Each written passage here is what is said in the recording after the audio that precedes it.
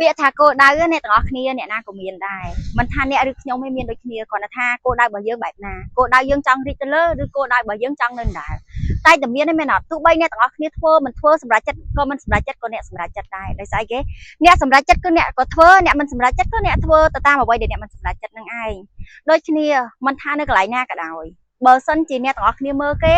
អ្នកនឹងអត់ចង់ដើរទៅមុខបន្តទេបើសិនជាអ្នកមើលគេអ្នកទាំងអស់គ្នានឹងចង់ឈប់ហើយដោយសារគេមនុស្ស10នាក់គោលដៅខុសគ្នាទាំង10ឧទាហរណ៍ថាជាទឹកលុយចុះម៉ែបុគ្គលទី1ទឹកលុយ10000គាត់អនុវត្តបែប10000បុគ្គលទី2 5000គាត់អនុវត្តបែប5000បុគ្គលទី3 100000អនុវត្តបែប100000អញ្ចឹងអ្នកទាំងអស់គ្នាចំពោះបុគ្គលណាក៏ដោយដែលត្រូវការប្រាថ្នាក្នុងការសាងខ្លួនឯងណាអ្នកទាំងអស់គ្នាក៏មើលគេមើលខ្លួនឯងហើយខ្លួនឯង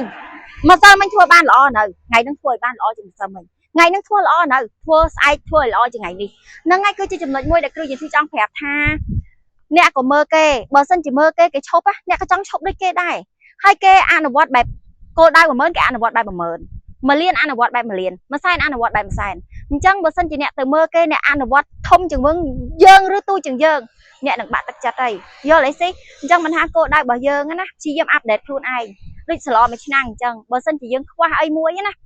គឺយើងត្រូវបន្ថែមហើយបើសិនជាយើងអត់បន្ថែមសឡនឹងអត់ឆ្ងាញ់ទេមែនអត់ដូចគ្នារសជាតិជីវិតរបស់យើងបើសិនជាយើងធ្វើតបានល្អបន្ថែមទៀតយើងខ្វះអីបន្ថែមហ្នឹងទៅ